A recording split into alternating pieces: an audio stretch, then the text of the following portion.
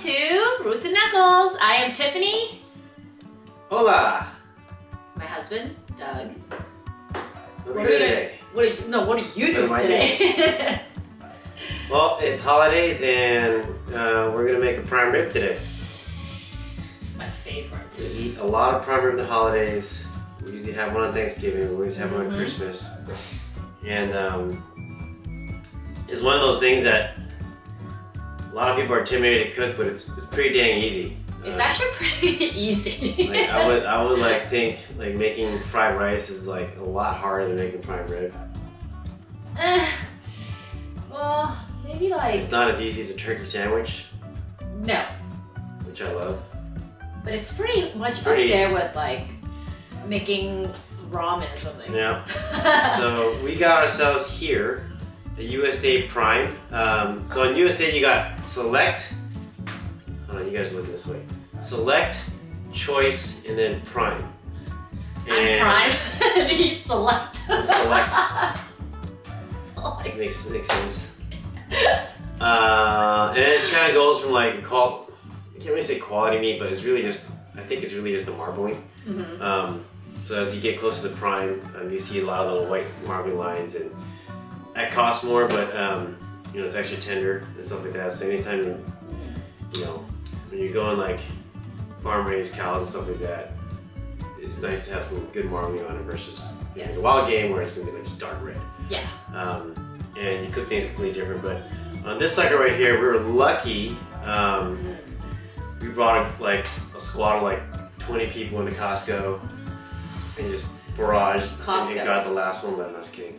Tiff went and got literally the last prime rib. So we're lucky to have this one today. It doesn't have a bone. We typically like to have the bone in and cut it. It's not aged yet. Tied together, but this was the last one left. We were lucky to get that because we couldn't get even butt wipes or paper towels. I couldn't get paper towels, but I got a prime rib though. People in California really like their butt wipes and paper towels, but luckily we were gonna get a prime rib, long story short. So today we're gonna demonstrate how we tie it up. So you got this, you know, nice hunk of meat. You want so why? You want to tie it up to keep a kind of consistent shape throughout the entire roast, and that allows you to do more of an even cook throughout. So this sucker's gonna be done for a long period of time. We're gonna slow roast it, and you don't want like one end of the roast is kind of like flopping out. You want to hold it tight the entire time thing. So it has that consistency when it's cooking. The main thing about prime rib is you want an end-to-end cook. So if you've seen other prime ribs where you know they'll blast it for a long period of time, and you see like the decal, which is I think it's called decal, that eye piece over here.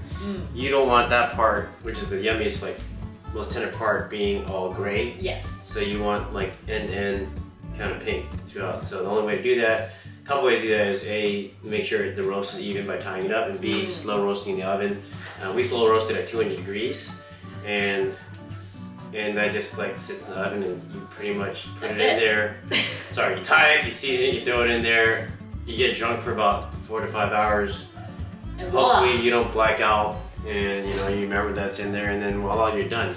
You probably rotate it around 100 degrees, and that's probably it. Yeah, it's actually a lot easier than I thought before. Yeah. I always thought that, you know, I mean, cooking a prime rib is such a big deal. It's like, oh my god, I don't even want to go and buy it because it's so intimidating, you know? Yeah.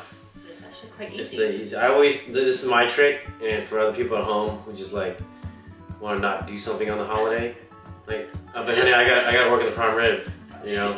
But I mean, you still have to like take it out in the morning. Okay, you have to take it out in the morning in room temp for how long around?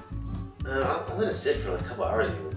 Yeah, you kind of have to let it sit. Don't just take it out of the fridge and then throw it in the oven. Yeah, you might get something like at 35 degrees, pretty damn cold. Yeah, make sure to take it out. Or 40 some degrees. You kind of want to let it at least get to 45 plus or 50 plus. My butt is really hot right now. Turn on the oven. Okay. That's it. So okay guys, remember, you have to like this video and subscribe to our channel, or else we won't be making any more videos. Right? So like this video, make a comment, let us know what you want us to do next. Maybe tell Doug, well, whatever you want Doug to cook next. What about that? Okay? And then remember to comment below and let us know if you guys like this video or not. And make sure to subscribe to our Wong family channel. Thanks guys. Alright. Hit it! Cheers, everybody. Happy holidays. All right. Oh, that's yummy. Let's get this party started. So usually I'm the assistant. You know, he kind of tells me what to do and go get stuff. I tell her what to do all the time. Oh yeah. He's the boss. Clean that baby's butt. Now, please, we are going to tie this sucker up. A couple of tricks on this sucker because, you know, just tying a regular like overhand knot, it's really hard to keep it tight. So I think we did a video once where I showed you how to do, I think it's a slip knot or butcher knot, whatever you want to call it. I was a bit pissed off that day, the Niners had just lost, but our season doesn't look very good anymore, so we're kind of over that. Kind of. Anyways, here it goes. So, get your roast. Again, you want to tie it, make everything even. So you got your pieces, your string here. Make sure you don't get that flimsy crap. Okay, you want to get some strong rope. Okay, girth on it. You shouldn't be able to like yank it and it pulls off because they sell that crap. I don't know what it's for, but it's pretty useless. So you want like a thick piece of string tie that's not flimsy. You should be able to give some yank to it. We'll put a description below if they can buy whatever he recommends. I don't know what this is from. I bought something that just sucked and it just pisses you off, and then next thing you know you're pissed off for the rest of the Christmas or whatever. So anyways, here we go. I'm gonna have the whole spool on my left hand side, and I'm gonna begin on my right. Okay, so come underneath. You start on this end. Okay, you got on the palm of your hand, you have the end that's still like attached to the spool, and then on your fingers here, you're gonna have the end that's already cut. So make a quick loop with the end that's already cut, put it underneath the other end, a small loop, and now you got a knot. And the beauty thing about this knot,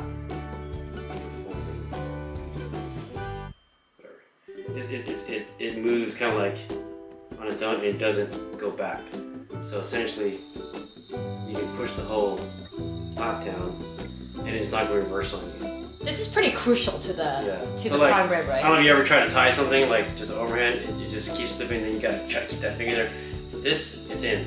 It's not gonna budge. You don't need to go crazy like crazy tight on it. Just enough to kind of keep it in place, and then just do another overhand, and boom, you're in place. That locks it in place. You can keep this end loose for a little bit. I'll show you why momentarily. But after that, this part's kind of easy. I think one way you can do is just make a loop like that. Come back around. Come back around underneath it. And then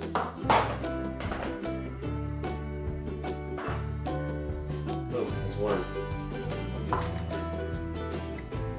Just kind of like try to align it with each other. See that? So then there's one, and then create another big loop.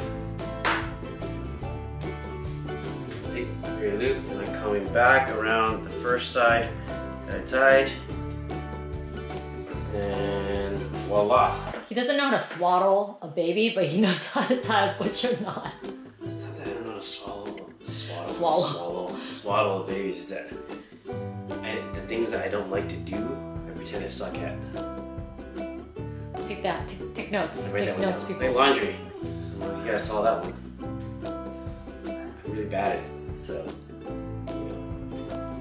Anyways, so this is the part where we do the whole fast forward thing, so you're not gonna hear me anymore. There's just some funky music in the background, like, and I'm like going really fast. Anyways, 1, 2, 3, fast forward. Go.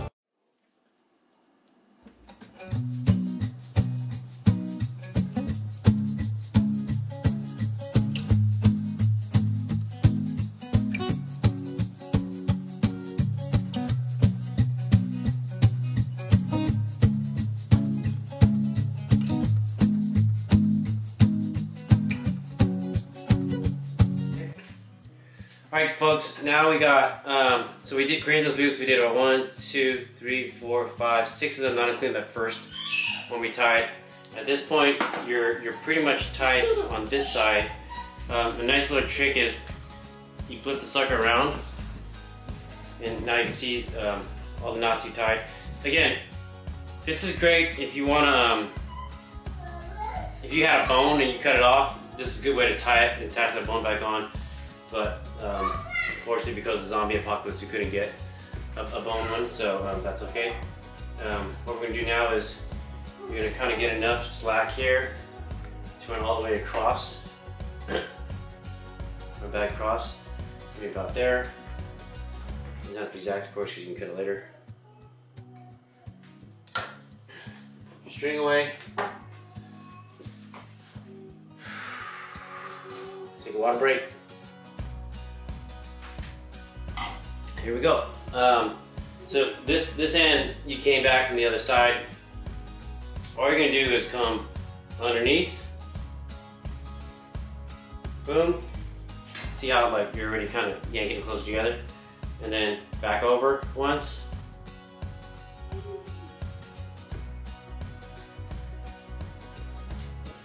Boom. And then keep going. See all the other the other loops. Boom. Underneath. Back over once. There you go. Boom. I don't know why I'm saying boom. It sounds like it. That's how it sounds in my head. More like a underneath. Ta-ding. Yeah, probably more like a slot machine. Ta-ding. I can make that over. now on the videos. So while you're doing that, you do actually that. make a You noise. do that. You do the sound effects. Okay, you put a sound effect later. What So yeah, keep underneath. Boom. Over. Yank. Underneath. Over. Boom. Underneath. Over. Insert sound effect. Boom. Underneath. Over. And just tighten all the way up. Okay, so you got a nice knot there. And then remember I told you not to cut that first loose end. The reason why is now you can use both ends right here and just tie a regular darn knot and you finish everything off. Regular shoelace knot. I'm really bad at tying shoes, but it should work. Done. And take the loose ends right here. And voila! Here you go, you have a nice tight roast. It'll allow for even cooking. And we're set to go. Again, we're usually salt and pepper type folks, but for prime ribs, I do highly recommend Pappy's Choice Prime Rib Rub. Pretty simple. Get pretty generous. It's a huge roast, so I mean, you're not really gonna go. So put that over. It helps to put stuff in a bowl, by the way. This isn't just for show, because otherwise you have this thing and your hands are full of grease, and then you get this stuff all greasy. You don't even want that, so it's nice to have a little bowl of anyways. Flip it over. So now I just go back in there and just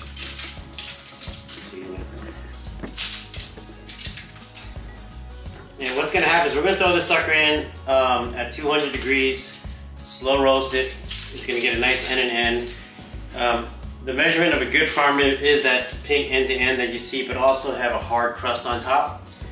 Slow roasting at 200 degrees won't give you that hard shell, that hard nice crust on the outside of the prime rib. So what's gonna happen is you're gonna take the prime rib out once it's around 120 to 125, depending how rare you want it. And then you're gonna set your oven to 500 degrees. And as your prime rib is ready to cook, it's sitting out, it's gonna let all the juices kind of suck back in. Your oven climbs to 500 degrees. You put that sucker back in for another 5-10 minutes. You'll see just a nice hard shell. That's not really gonna impact at all like the end-to-end doneness of the inside. It's just really gonna put a shell, a nice coating on the outside. So that's the game plan we're gonna go at. Anyways, here we go. Oven's already set for 200. As mentioned before, this, one of these digital thermometers with a whatever stringy thing attached It's kind of it saves a lot of time. It prevents you from opening and closing your oven, which lets all the heat out. Again, just stick it right through the middle. Right now it's looking at 54 degrees in there. Toss it in.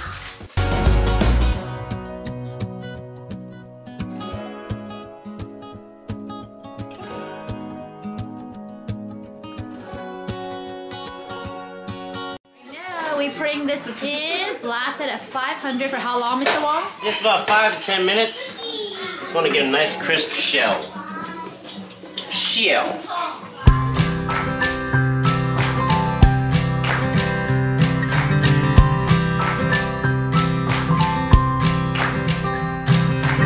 How even the coloring is? Wow. Because of the string. Oh, you can totally work there, bro. Edge to edge. So the gray means it's usually pretty cooked. But what you want is turn edge to edge. Edge to edge is red to red.